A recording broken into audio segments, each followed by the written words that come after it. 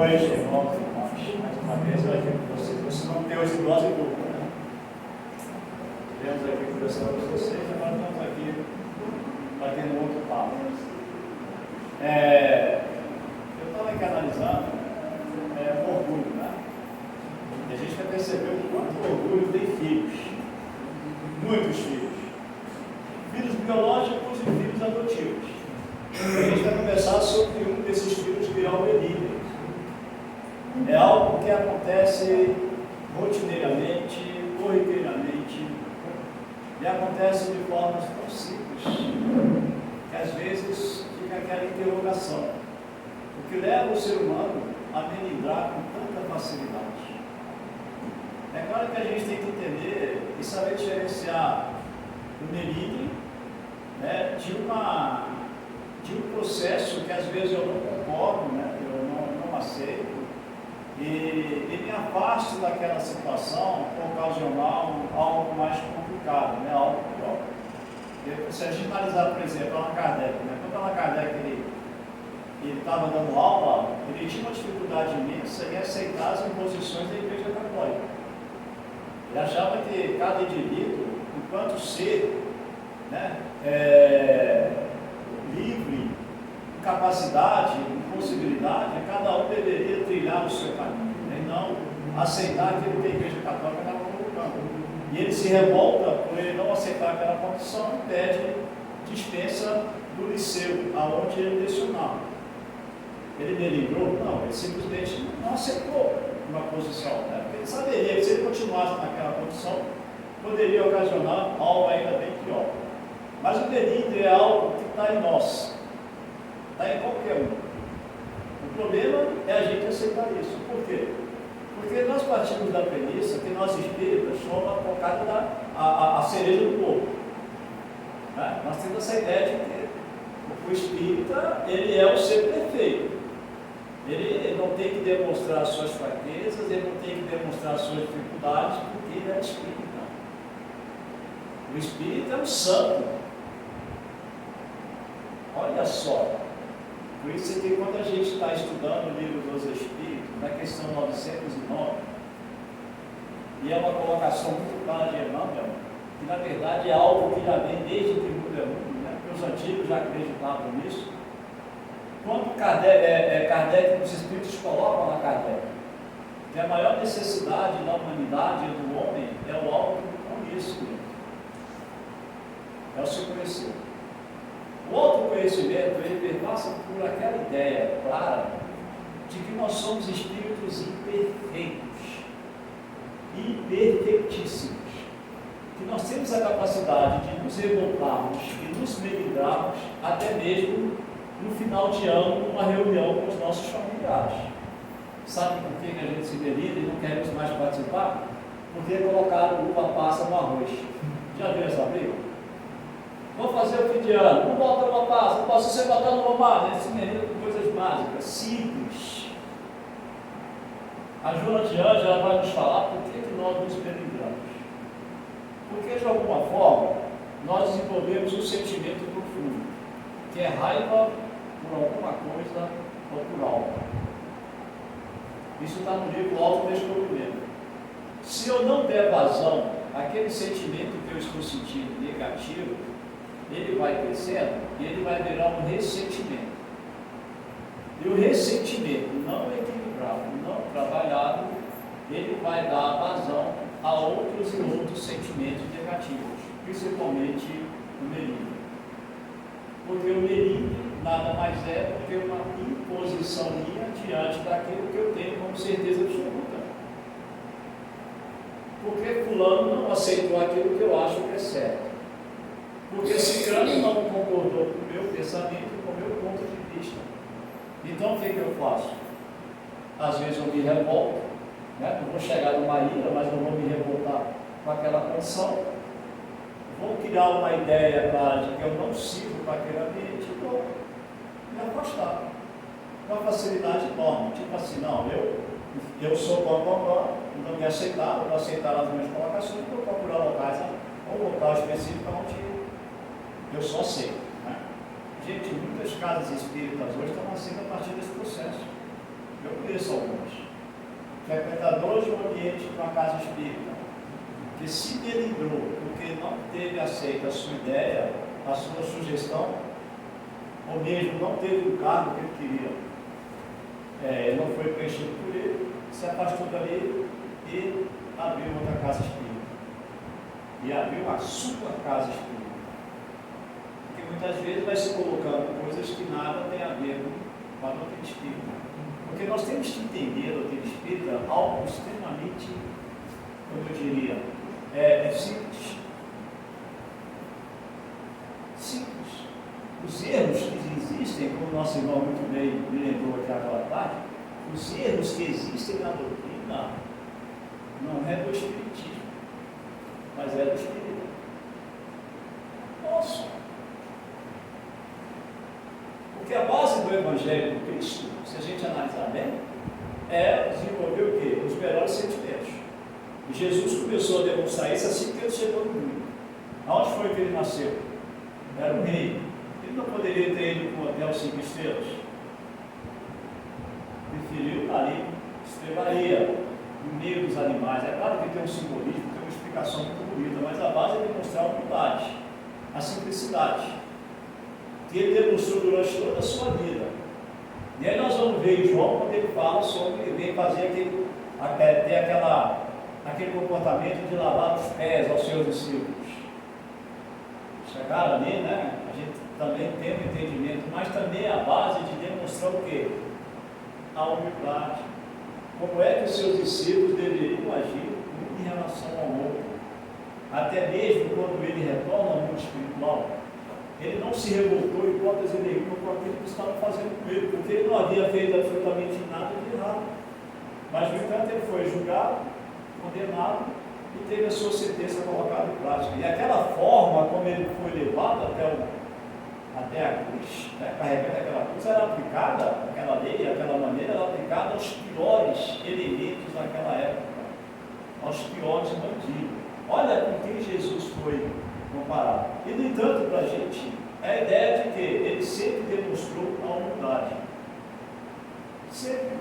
E que é a base da doutrina espírita, porque a doutrina espírita nada mais é do que o cristianismo redimido. A doutrina espírita nada mais é do que os direcionamentos que o Cristo fez e exemplificou quando veio a este mundo. E de uma maneira muito simples. Então, por que nós temos possibilidade de inventarmos, de criarmos, de não aceitarmos, às vezes, as coisas simples que uma casa espírita ela nos coloca? E não nos melindramos por qualquer coisa. Eu gosto de contar uma história do irmão que eu tenho, ele é um mais novo que eu, um coraçãozão, uma pessoa maravilhosa. A preocupação de ajudar o outro assim fora do comum. E certa feita, numa casa espírita lá em Paracatu, ele não era espírita mais, apesar de que nós nascemos no berço espírita, mas ele abandonou a doutrina espírita. E a casa aqui em Paracatu estava fazendo um evento para arrecadar fundos. Estava acontecendo lá um baile de formatura, e o pessoal que estava organizando o baile cedeu o estacionamento para a casa espírita poder, né, ali ganhar dinheiro, receber pelo estacionamento e angariar e pegar fundos. E fez uma escala de trabalhadores. E ele se prontificou a trabalhar. Ele trabalhava a noite inteira. Ele se prontificou a trabalhar. Fizeram uma reunião, aceitaram tudo, começaram a trabalhar. Aí chegou o turno dele. Quando chegou o turno dele, ele foi chegando e queria mudar tudo. Não, por que não faz assim? Eu falei, rapaz, nós não acertamos isso lá na reunião. Não, mas estava errado. Vamos fazer assim, faz. Rapaz, nós acertamos, vamos fazer do jeito que nós acertamos. O que ele fez? Não estou na foto dele. Eu falei, não, eu não sei trabalhar assim. Essas pessoas não me compreendem, não me aceitam, não aceitam as minhas ideias. Se ele entrou, foi embora. Não aceitou as colocações, a organização, o planejamento, né? Tudo que estava feito ali. Não, quer dizer, se não é do meu jeito, não será. E aí o que ele fez? Foi embora, ele nem se preocupou, né, em saber que a falta dele iria fazer falta. E não tem um ser que mais se melindra igual ao espírito. Não tem. espírita, ele parte da premissa de que, de alguma forma, ele é um enviado. Ele tem uma capacidade intelectual superior às demais pessoas. Porque a doutrina espírita exige o quê? Pensamento. Exige que nós saiamos daquela nossa letargia mental, que nós saiamos daquela letargia intelectual, que nós busquemos por nós mesmos aquilo que os Espíritos nos apresentaram. E a gente lê muito, a gente estuda muito. Tanto é que nós estamos sempre no debate, falando, colocando e querendo se aparecer de alguma forma. Então nós melindramos. Ah, nós melindramos? Por que nós melindramos? É exatamente o que o irmão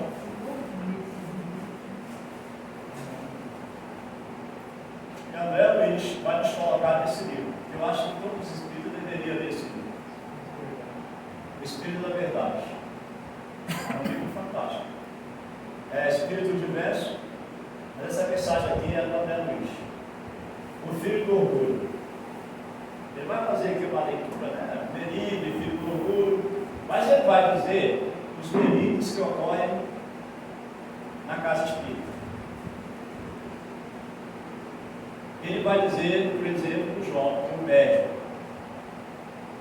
Aquele médico que às vezes ele termina de fazer a psicografia, e aí o que ele escreveu tem que passar por um crivo, né? A gente sabe disso, porque a mediunidade ainda hoje ela é um pouco incompreendida na sua essência, né? Em todo o seu arcabouço, em toda a sua estrutura. Ele não aceita. Às vezes ele vai ter que passar um crivo daqueles que estão ali, né? Ele tem um conhecimento melhor, que tem todo o cuidado daquela mensagem. Não, mas se é para passar, não vai publicar, então não quero mais trabalhar aqui como médico. Vou procurar uma casa que me forneça essa oportunidade. Ele se medita, por quê? Porque, como ele fala, é filho do orgulho, porque nós aprendemos, gente. Quais são os dois sentimentos que atrasam a evolução da humanidade, a nossa evolução? O orgulho e o egoísmo. O orgulho e o egoísmo. Então, Melina é filho do orgulho. Com certeza também, o egoísmo é outro pai do Melina. Então, o médium é quem mais se melina dentro da casa espírita. Porque o médium, às vezes, se ele não tiver uma capacidade de equilíbrio para colocar em prática essa ferramenta de trabalho, se ele não tiver a capacidade de perceber que aquela mediunidade não é um dom, tanto é que os Espíritos falam, da mesma forma que ele teve, pode se retirar, sem problema nenhum. Ele tem que compreender que ali é uma ferramenta de trabalho que ele escolheu. Ninguém colocou obrigatoriedade naquilo. Né? Você vai nascer médico, você é obrigado a ser médico. Não. Tanto é que os Espíritos explicam, às vezes nós estamos no mundo espiritual, com aquela ideia do arrependimento, porque um arrependimento verdadeiro ele vai acontecer no mundo espiritual, e nós então pedimos para nascer na pior situação possível. Doido, tetraplégico, paralítico, por aí vai, deficiente mental, enfim. E aí, às vezes, os Espíritos falam assim, não, você vai nascer com a mediunidade, quando a mediunidade cura. Coloca uma casa espírita do lado da nossa casa. Nos coloca dentro de uma família espírita, nos dá tantas possibilidades para a gente exercer com maestria e equilíbrio essa ferramenta de trabalho, e a gente acaba falindo. Vamos lembrar dos mensageiros, o caso de Otávio, o caso de Acelino e outros médios, porque os mensageiros é sempre direcionado àqueles médios que faliram. Muitos deles, claro, a utilização errônea da mediunidade, mas casos ali que a gente vai ver que é questão de delírio. Então, ele vai falar disso, não sou eu, vou ver isso. Ele vai falar também da cooperadora, da assistência social, esquecida da passagem de seu aniversário e se mostra ferida, caído na indiferença. Olha só, me lembrar porque foi esquecida, porque não teve lembrado da sua data de nascimento. Dentro da casa espírita. Às vezes até a própria direção da casa espírita está laborando para isso. Né? Na nossa casa mesmo a gente tem lá um senhor que ele cuida todo aniversário ele bota no nosso grupo. Né? E aí, vez ou outra, alguém escreve, você esqueceu do meu aniversário, isso não está legal, você não pode. Por que você lembrou de fulano e lembrou de mim? Aí começa aquela, aí tenta contemporizar, né? Poxa, você está brincando porque esqueceu o teu data de aniversário, ninguém não te deu os parabéns. Mas a gente até entende por um lado. Porque é o que nós escolhemos, nós comentamos aqui de manhã, à tarde, porque a casa espírita, cara, ela tem que primar pelo acolhimento. Né? Às vezes a pessoa tem essa ideia, né, de sentir assim, revoltada, irada, que ela não se sentiu acolhida naquele momento. Então, ele vai pensar que provavelmente é só os espíritos aí daquela casa que iriam parabenizar. Mas aqui a Débora está colocando uma coordenadora de assistência social que não, que a data de nascimento lembrada. O servidor do tipo que foi certa vez preterido na composição de mesa orientadora da ação espiritual e se desgosta por sentir-se infantilmente injuriado. Às vezes vai fazer um evento, compõe a mesa, o diretor não foi convidado para compor a mesa, não se sente importante, porque foi preterido. Então esse menino aí começa a se revoltar com os demais e acaba de uma forma direta e indiretamente atrapalhando aqui as atividades que são realizadas. E aí ele vai falando do diretor na casa espírita, ele vai falando do palestrante, né? Tem palestrantes que se merendam porque às vezes ele está fazendo uma palestra, ele fala de um tema que nada tem a ver com a doutrina espírita. Aí o diretor da palestra chega, olha, você falou isso, ele nunca mais apareça aqui, né? Porque ele acha que é dono da verdade. Então o merim é algo muito mais natural do que nós imaginamos. E acontece, gente, com qualquer ser humano, com qualquer pessoa. Quem viu o livro, assistiu o filme de Kardec, leu a mensagem de Kardec, a gente vai compreender que Kardec ele foi auxiliado por jovens, né? Madame Ruth Japet, eles chamavam de Madame Muselle, que era uma jovem, Madame Planazion, que era uma senhora, e Caroline Ruth Volando, que eram duas crianças. Né? Quando Kardec lança o Livro dos Espíritos, a sua primeira edição, com 510 perguntas, de abril de 1857, ele exalta, ele faz uma exaltação aos colaboradores. Fala das médicas, dos médicos, das médicas que colaboraram. Houve aplauso, aquela coisa toda. Passado-se algum tempo, os jornais começaram a falar da obra, a falar da doutrina, mas a enaltecer Allan Kardec. Claro, houve as críticas, com certeza, mas enaltecia muito Allan Kardec. Até um determinado momento, que Ruth Japet era mais jovem ainda, né? Na época, com 19, 20 anos, alguma coisa assim, ela se dirige a Allan Kardec revoltada. E ela fala assim, olha, eu vim pegar os meus manuscritos, eu quero o meu trabalho. Aí, o trabalho não é seu, é meu, foi eu que fiz. Porque é errado o que está acontecendo. É só você que está sendo exaltado. Eu não estou vendo meu nome nos jornais. É só você que aparece. É como se só você tivesse feito o trabalho. Então, o que é que eu quero? Que você me devolva o meu trabalho para que eu possa publicar o meu livro. Olha que beleza. Porque não teve o nome exaltado em jornais. Né? Aí Allan Kardec fala, o trabalho não é meu nem seu. O trabalho é dos espíritos. Porque ele aprendeu que os espíritos falaram com ele nos prolegômenos.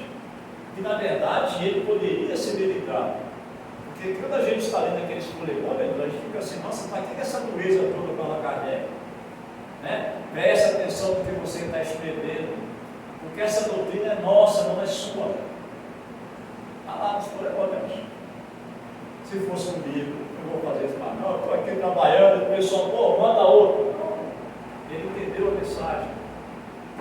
Ele soube que aquela doutrina não era dele, ele era o codificador. É uma missão que ele aceitou, que não se deliberou e colocou em prática o que nós temos hoje, né? Graças a ele. Então ela vai lá, exige que ele devolva o que ela havia apresentado a ele. Aí Kardec fala, não, essa doutrina não é minha, essa doutrina não é sua, essa doutrina é dos espíritos. E se você quiser, prove isso na justiça. Já que você vai à justiça para pegar o livro, prove que ela é sua. Tanto é que depois ela volta já em outro estado, já em estado de excitação, porque ela estava sob efeito sendo conduzida pelos irmãos, né, ignorância do saber, que nós chamamos de obsessores, e até mesmo ameaçando matar a Kardec. Mas no primeiro momento ela se deliberou. Por que ela se deliberou? Porque não teve o nome escrito nos jornais. Ela não apareceu. Ninguém a conhecia. E olha a facilidade do delírio. Por isso é que na questão 983 do Livro dos Espíritos, quando Kardec questiona qual o melhor sentimento que nós temos, qual o melhor sentimento que o ser humano tem, ele vai dizer assim: o melhor sentimento é aquele em que você põe uma dose excessiva de briga, vamos utilizar essa palavra, né, contra você mesmo, para que ele apareça e você possa conduzi-lo e colocá-lo em prática em prol dos irmãos mais necessitados. Qual é o esforço que você faz para mudar o sentimento negativo? Porque mesmo quando nós nos propomos a fazer uma caridade, a mais simples, que é a caridade material, eu tenho que desenvolver o melhor sentimento dentro de mim. Não à toa, na questão 886 do Livro dos Espíritos, a resposta dos Espíritos Amigos a Allan Kardec, né, que nós já gravamos no vídeo, qual o verdadeiro sentido da caridade entendida por Cristo? Não é a caridade entendida por Kardec, não é a caridade entendida por A ou B, não.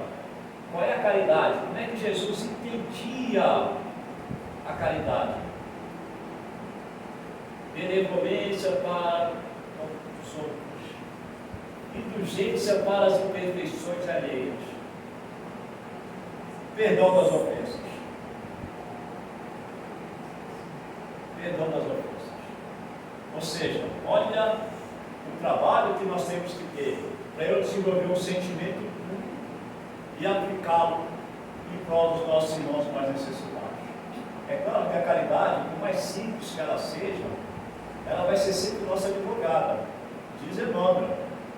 De nosso lado nós vamos ver o André Luiz, quando ele está lá, porque alguém cumprimenta, né, lá no nosso lado, e Clarice diz a ele: olha, aquilo ali é o irmão que você ajudou, né?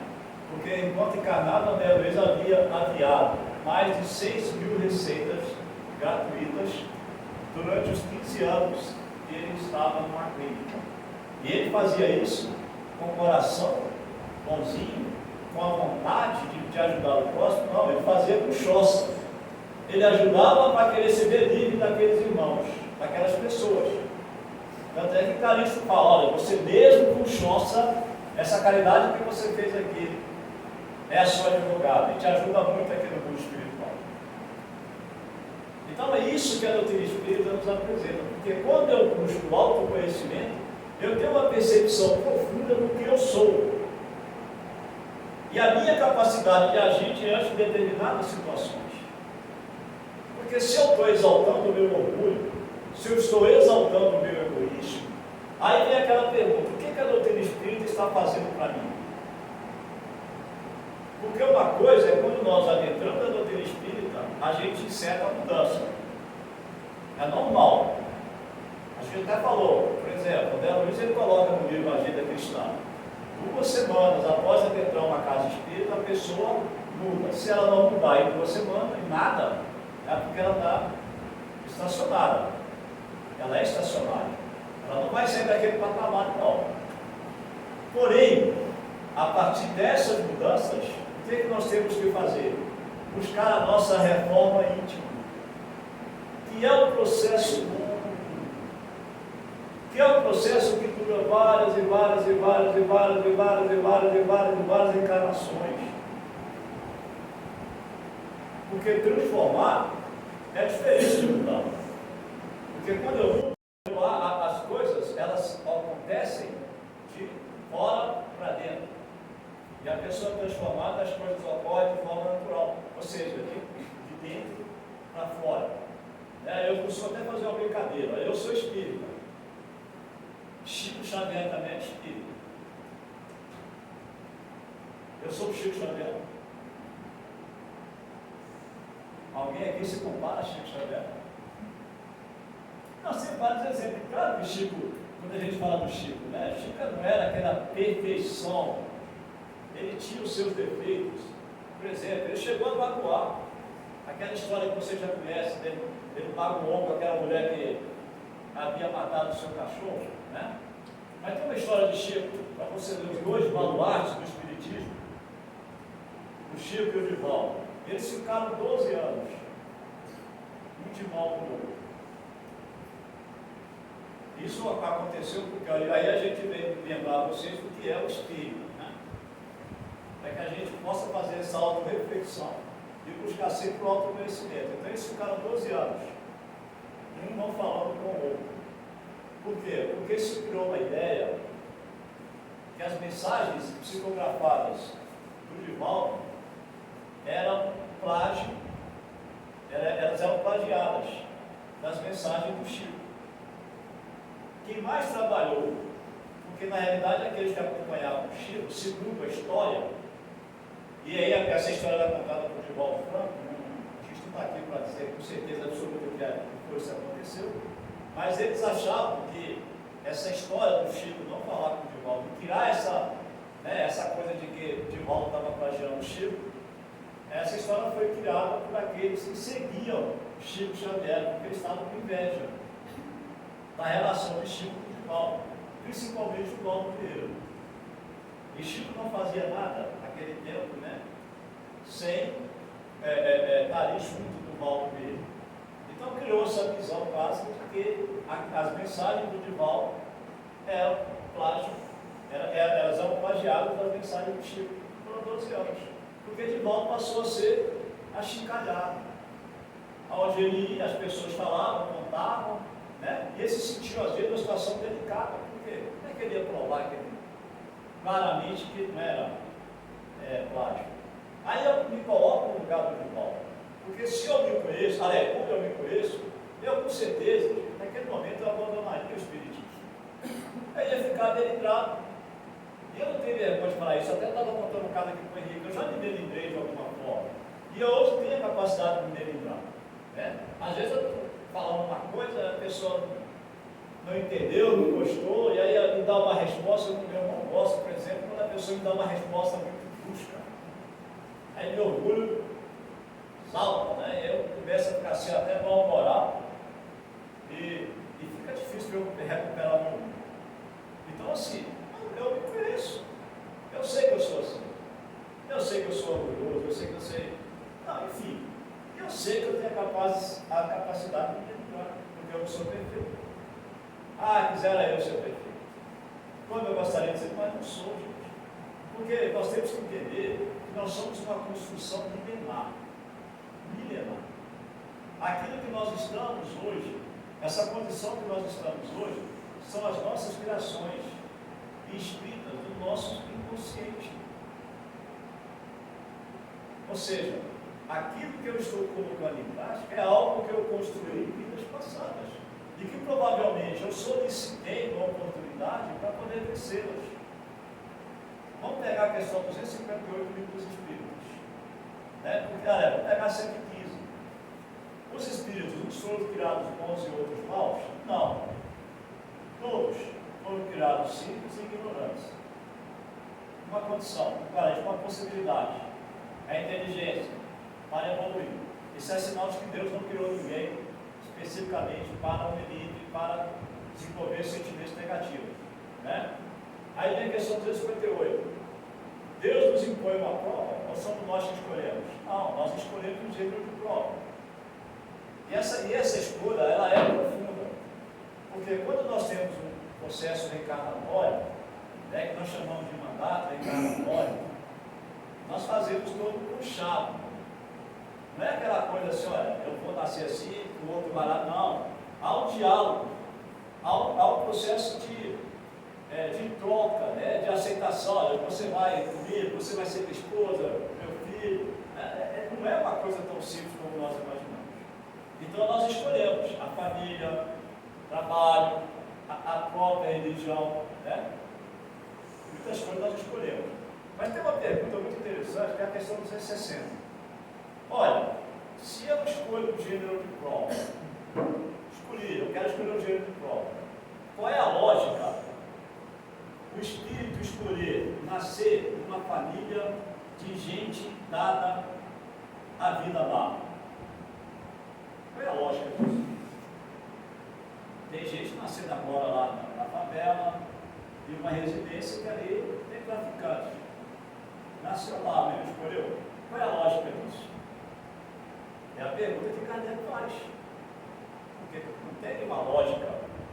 Hoje, se você for escolher, eu penso, né? A possibilidade é lógica. Eu pedi para nascer filho do Neymar, né? Então, qual é a lógica que o Espírito pediu para nascer numa família de gente dada, de gente dada ao roubo, por exemplo? Então, Kardec, os Espíritos respondem a Kardec primeiro. Para que ele possa, o Espírito, ter a percepção exata da capacidade de se autoavaliar. Porque se ele pediu para nascer naquela condição, é algo que ele traz de vida passada e ele tem a certeza absoluta de que não vai colocar em prática na vida atual. Olha, imagina uma pessoa que ela adorava pegar a coisa dos outros, né? Dada ao roubo, uma vida, de repente não vou roubar mais, consegui, não quero mais roubar. Então ela vai pedir para nascer no ambiente para ver se ela não consegue mais roubar. É o primeiro ponto. E o segundo que eles colocam, e também para, de alguma forma, auxiliar aqueles irmãos em sua evolução. Então não é por acaso que nós estamos nesse planeta, e não é por acaso que nós temos sentimentos negativos. Porque se nós pudéssemos hoje fazer uma regressão àquela terapia de vidas passadas, de uma forma equilibrada, o que nós iríamos perceber?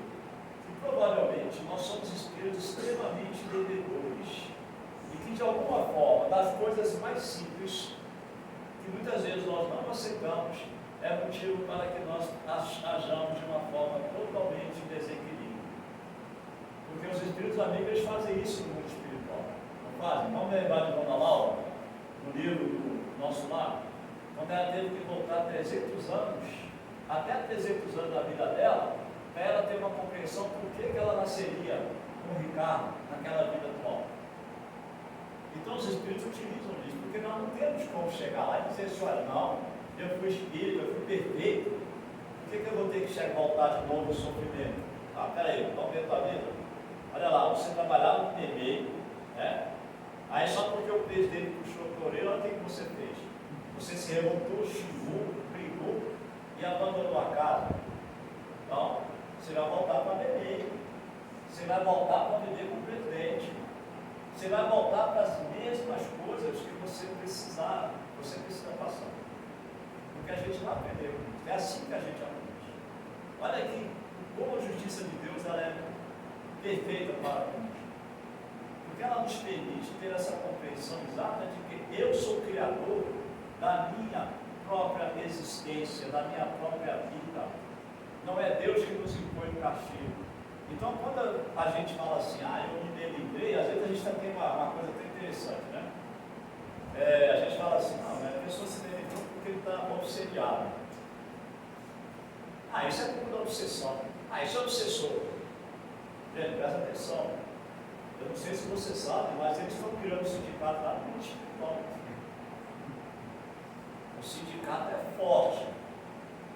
Esse sindicato vai defendê-los. A primeira pauta. Porque eles são muito atacados. Eles recebem toda a culpa. E eles não podem se defender. Então, eles estão criando um sindicato para poder defender daquilo que eles não têm culpa. Porque é aquela coisa assim, mas é um obsessor, ele está obsediado. Poxa, peraí, eu não tenho culpa não. Nós não temos culpa. Você que de hoje ela vai falar no ser integral, uma coisa bem interessante. Isso é da própria psicologia. ela vai tirar mecanismo, ela vai nos falar sobre os nossos mecanismos de fuga.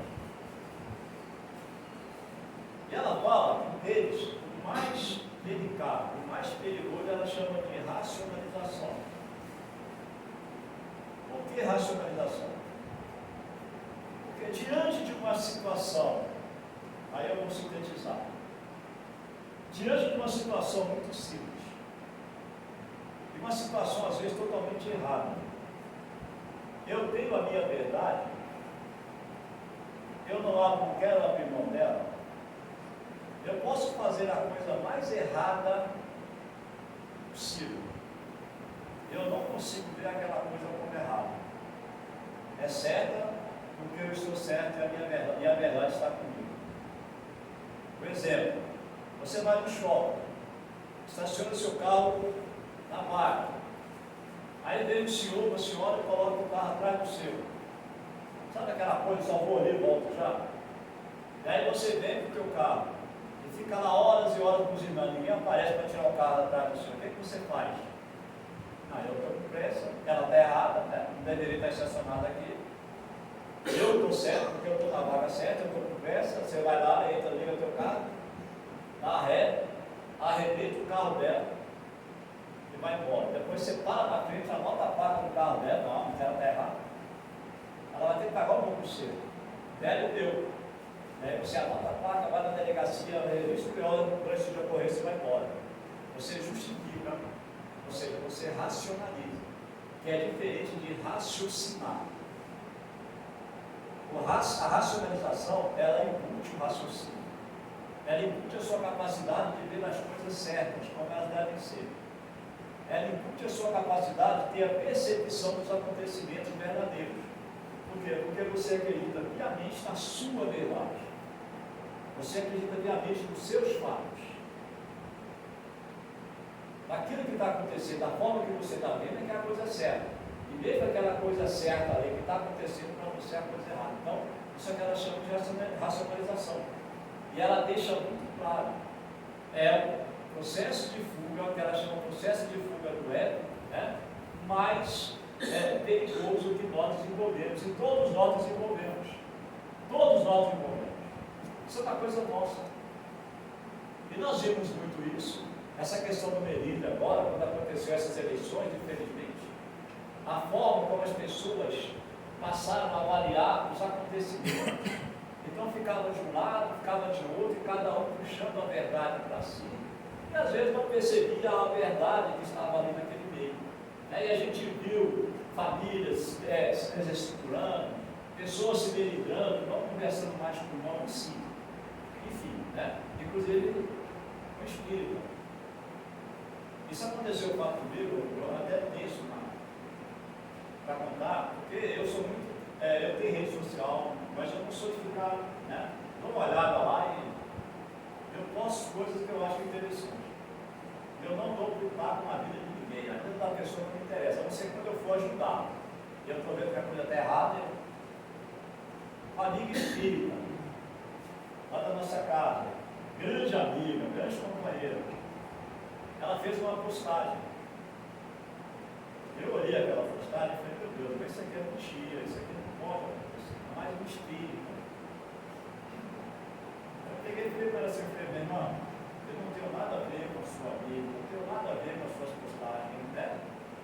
Ou a rede, você faz o que você quiser, mas eu só queria te lembrar uma coisa.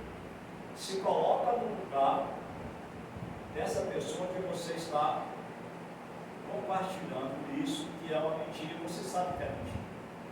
Como é que você se sentiria? Você acha legal o que você está fazendo? Só isso que eu falei.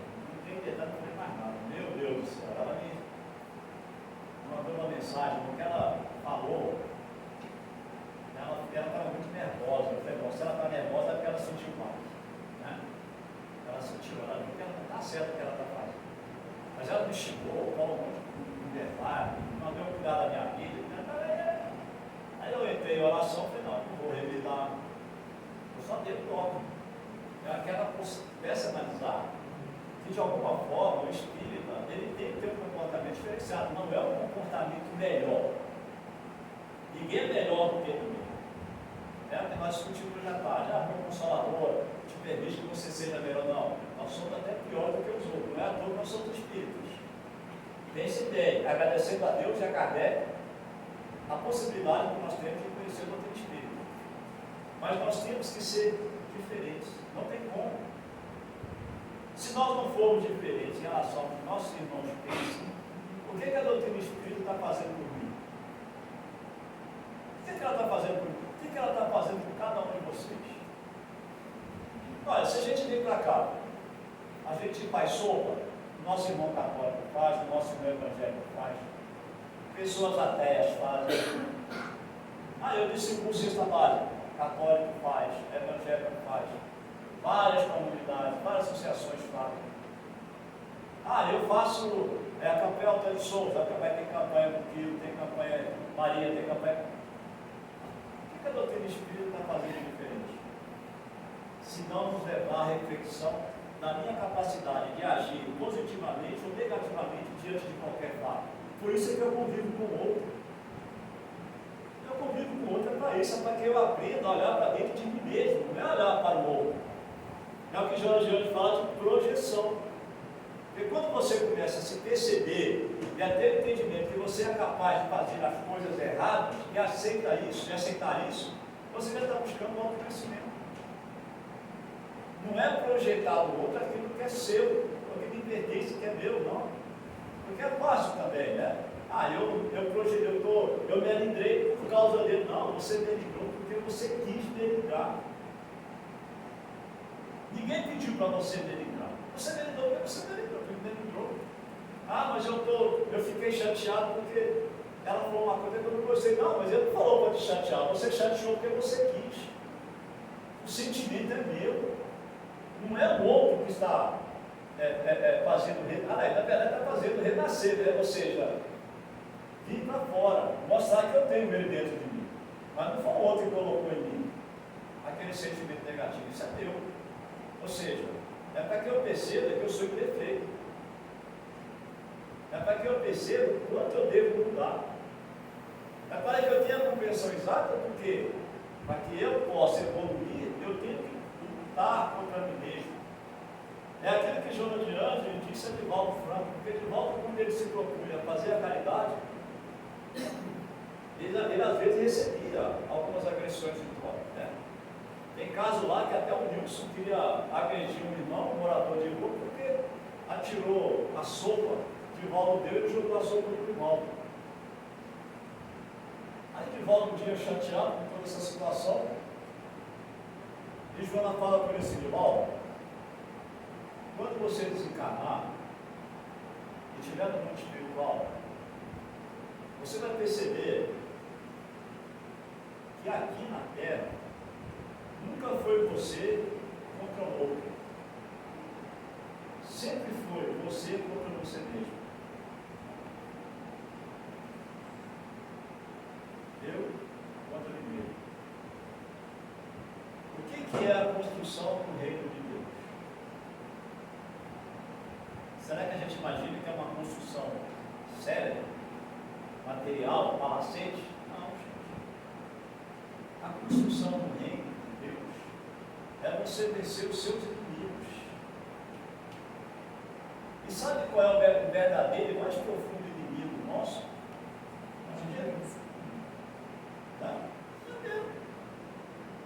Não é o outro que é meu inimigo.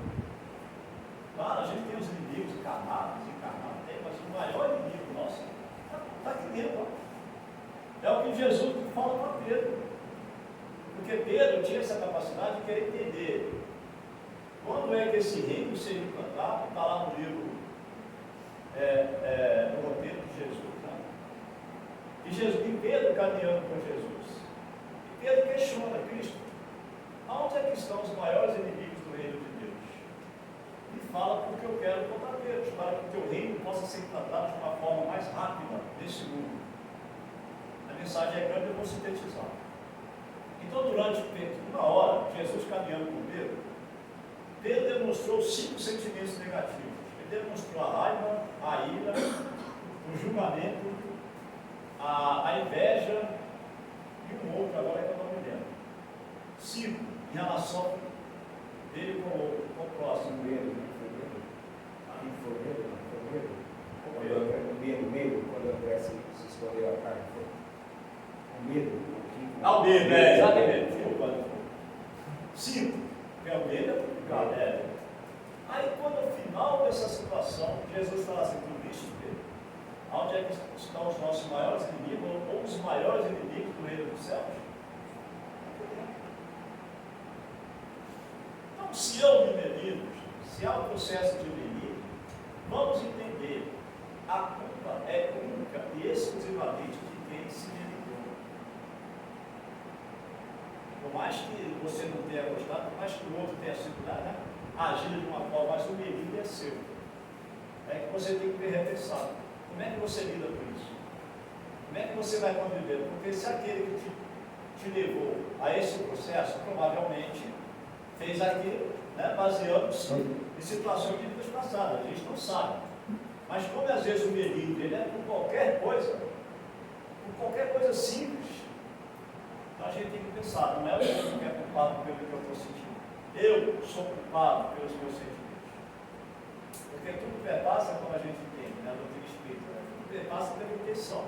Às vezes o outro está falando uma coisa para a gente com a intenção de nos ajudar, de nos auxiliar. O que Kardec vai falar, por exemplo, no Evangelho, quando ele fala do julgamento. Você fala se seria legal, se seria aceitável, a gente está fazendo lá, contando ao outro, aqueles defeitos que o outro tem.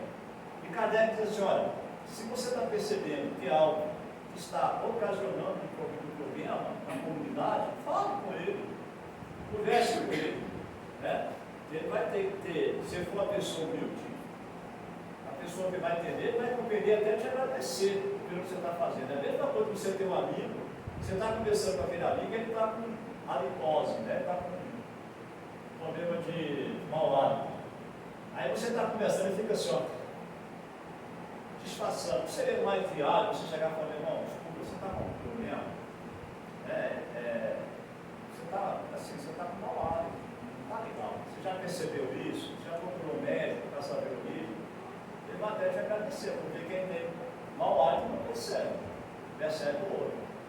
Ou seja, então quando alguém chega e vai falar conosco alguma coisa, nós temos que entender que provavelmente ele está falando, ele está colocando aquilo com a intenção de nos auxiliar, de nos ajudar, de nos fazer ter a reflexão e a perceber que os nossos comportamentos não são adequados para determinados ambientes. O que a gente faz? Começa a se revoltar e se medita e abandona a casa. E muitas vezes abandona a causa, abandona o espiritismo. Porque, nossa, ele me agrediu e por aí vai. Então nós tomemos cuidado com aquilo que nós sentimos. Passamos sempre aquela reflexão que Santo Agostinho fazia, como a gente vai ver no capítulo 17 do Evangelho, Sejam Perfeitos, quando ele fala sobre a missão que ele teve de chegar na condição que ele chegou. E todas as noites ele fazia uma reflexão daquilo que ele fez de bom e o que ele fez de ruim. E tentava melhorar o de bom e não fazer mais de ruim. Essa é a reflexão que nós temos que fazer. Porque Kardec vai dizer também nesse capítulo, quando ele fala de missão dos espíritos, ele vai dizer claramente, conhece o verdadeiro espírito pela sua transformação moral e pela luta que ele coloca em prática para vencer as suas tendências más. Não se conhece o espírito só porque frequenta uma casa espírita. Porque ele fala que quem segue o espiritismo é espírito. Porém, o espírito ele tem que se perceber que ele é o ser falido, que ele é o ser imperfeito. Mas ao mesmo tempo, reconhecer e aceitar. Porque só reconhecer e não aceitar não adianta. Reconhecer, aceitar e trabalhar as tendências más, porque todos nós temos. Todos. Nós não somos santos. Porque se nós fôssemos santos, nós não estaríamos nesse planeta. Nós estamos aqui, como o próprio Espírito fazem a comparação do Evangelho capítulo 3, e compara a terra ao quê? A um hospital ou uma penitenciária. Nós somos o que então? Doentes ou meliantes. Então todos nós somos devedores. E o Cristo nos permite esse processo de transformação através do doutrina espírita, através do conhecimento do Espiritismo. Porque a gente fala que o Espiritismo não é salvacionista. O Espiritismo não veio aqui como uma religião igrejista para nos salvar. Não promete absolutamente nada. Se entrar numa casa espírita, vai lá começar com o mentor que ele vai te sarar, curar, não vai. Não cai nessa. Né? Porque nós aprendemos que a origem da doença é do espírito. Da mesma forma que a origem do espírito é responsável pela tua cura. Então não é um espírito que vai chegar ao botar a mão. Pode acontecer? Pode, porque para Deus nada é impossível. A gente sabe disso, né?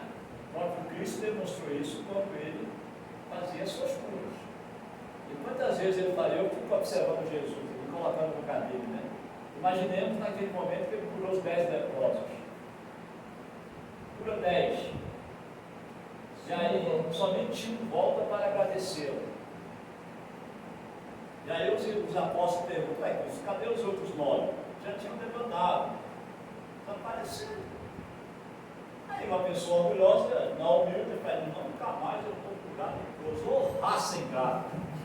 Né? Não, mas Cristo é Cristo, eu não sou.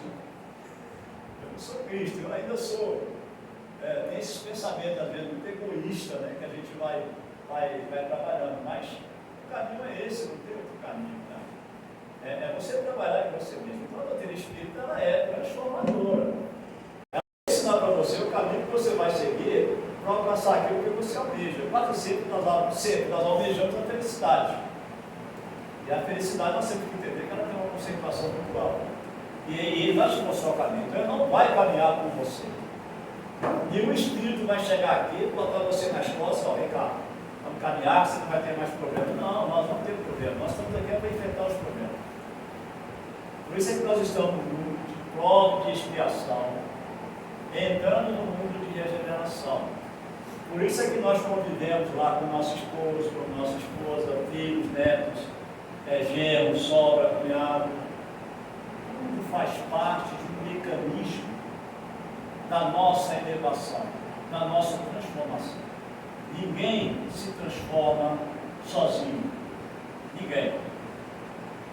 A não ser um amigo meu, certa feita conversando comigo, ele disse assim, nossa, olha, depois que eu virei espírito, porque eu já me iluminei, eu estou mais tranquilo, estou mais calmo, não me exalto, né? Eu faço as coisas com tranquilidade, você me imagina, com a paciência. Aí alguém começa assim, cara, você é casado e tem filho? Não, eu sou solteiro, vou permanecer solteiro. Aí é fácil, né? Você não se exasperar, não se melindrar, né? A gente tem que aprender. Tá? Por isso que nós temos essas relações sociais, essas relações religiosas. Aqui na casa espírita, nós temos que acreditar, não é por acaso que nós estamos aqui. Não é por acaso que eu estou convivendo com aquela pessoa que está naquela direção e fazendo parte da direção dela. Não é, gente, não é por acaso. É o que Chico fala. Tudo que te pertence, que é seu, haverá uma forma de chegar até você. Haverá uma maneira de chegar até você. E quem leu aquele livro, Memória do Suicida, né, da nossa irmã Amaral Pereira, vai compreender o que eu estou falando, no caso do Marçal. Lembra da história dele? Que ele casado com filhos, se apaixona por Eulina, e aí Eulina, com o tempo, perde o amor por ele, né, depois de ter tirado toda a sua herança. Ele querendo voltar para Eulina, ela não volta, e o que ele faz? Ele a estrangula, tira a vida dela. Ele acaba naquele momento se suicidando. Então ele chega no mundo espiritual com arrependimento, ele olha para as mãos e já começa a plasmar uma deficiência para a próxima encarnação, porque ele vai, se eu não tivesse minhas mãos, eu não teria feito isso. Se eu não tivesse, lembra que Jesus fala, melhor você nascer sem a mão do que ela ser motivo de escândalo? Então ele já começa, se eu não tivesse as mãos, eu não teria feito isso. E aí ele vai para o mundo espiritual, trabalhando, ele renasce. A Eulina já estava encarnada, filha de uma senhora de rua, né? Vivia na rua, pobre. E ele nasce de uma senhora que trabalhava no prostíbulo. Nasce defeituoso. O que essa senhora faz? oferece a ele, conversa com aquela mulher para tomar conta dele, porque ela não tinha condições, ia dar um dinheiro para ela tomar conta, né? Ela vai pegar o menino para ela, vai tomar conta. Na verdade, aquela menina que estava lá já era Eudina, encarnada, e ele deveria cumprir ali o processo de fortalecimento afetivo, né? Que ocorre até o desencarne dos dois. Então, tudo que é nosso é uma forma de chegar até a gente. Então, não pensem que o acaso nos colocou nessa casa, não. Nós, provavelmente, de alguma forma, escolhemos estar aqui. Talvez não saibamos agora qual motivo. Então, quando se sentir com aquela vontade de se revoltar, de se irar, como Jonas de Anjos fala, está com raiva, extravasa de alguma forma. Porque se você não extravasar a raiva, vai virar ressentimento. O ressentimento vai te levar a ter situações totalmente desequilibrantes, né? E uma delas é o delírio. Então, extravasa. Chega no espelho, grita no espelho, conversa no espelho. Fala, você tem que falar no espelho, você está falando para si mesmo, né? Tá bom, bata a cabeça na parede, enfim, cria uma maneira de extravasar. Claro que ninguém está batendo a cabeça na pele, né, gente? É brincadeira. Mas extravasa, coloca para fora. Não deixa aquilo remoer. Não deixa. Porque se você não colocar para fora, a tendência é que aquilo só tende a crescer. E vai chegar no momento que você não vai ter mais controle sobre as suas ações. Por isso que naquele livro, o Antônio Damasio, eu sugiro a leitura muito interessante para nada, chamado O Erro de Descartes. Antônio Damasio é uma sumidade na área da neurociências. Ele faz um estudo tremendo do cérebro. E ele fala sobre o erro de Descartes, porque Descartes dizia: penso, logo existe. Aquela ideia de que você é direcionado somente pelo pensamento. Né? Mas aí ele vai trabalhar e mostrar as emoções. E as emoções, elas produzem às vezes o pensamento, ou vice-versa, porque é um emaranhado de situações. E a gente sabe que o pensamento é o direcionador maior das nossas ações. Mas ele fala uma coisa muito interessante. Ele fala assim, e aí tem a ver até com o que os espíritos nos falam, né? Porque uma ação negativa nossa, como ela pode comprometer várias reencarnações, ele vai falar nesse livro que nós temos aproximadamente 300 milissegundos entre o que nós pensamos, o que nós sentimos e da forma como nós agimos. O que são 300 milissegundos? Talvez um piscar de olhos. Por isso que quando uma pessoa está no trânsito, aí outro tem aquela colisão, aí já sai do carro atirando na cara, olha só, o tempo exíguo que ele teve entre pensar, sentir e fazer. Ele coloca isso no livro, né, o erro de Descartes. Para que a gente possa ter essa possibilidade, né, do equilíbrio, para que nós não façamos coisas que venhamos nos arrepender depois. Se me permite só uma pergunta, aproveitando que você falou desses problemas assim, das casas espíritas, você acha possível estabelecer uma linha demarcatória, por exemplo, entre os processos de fascinação e o benigno? Eu não entendi por quê. Assim, falando a respeito dos problemas de uma casa espírita, você falou muito a respeito do benigno, né?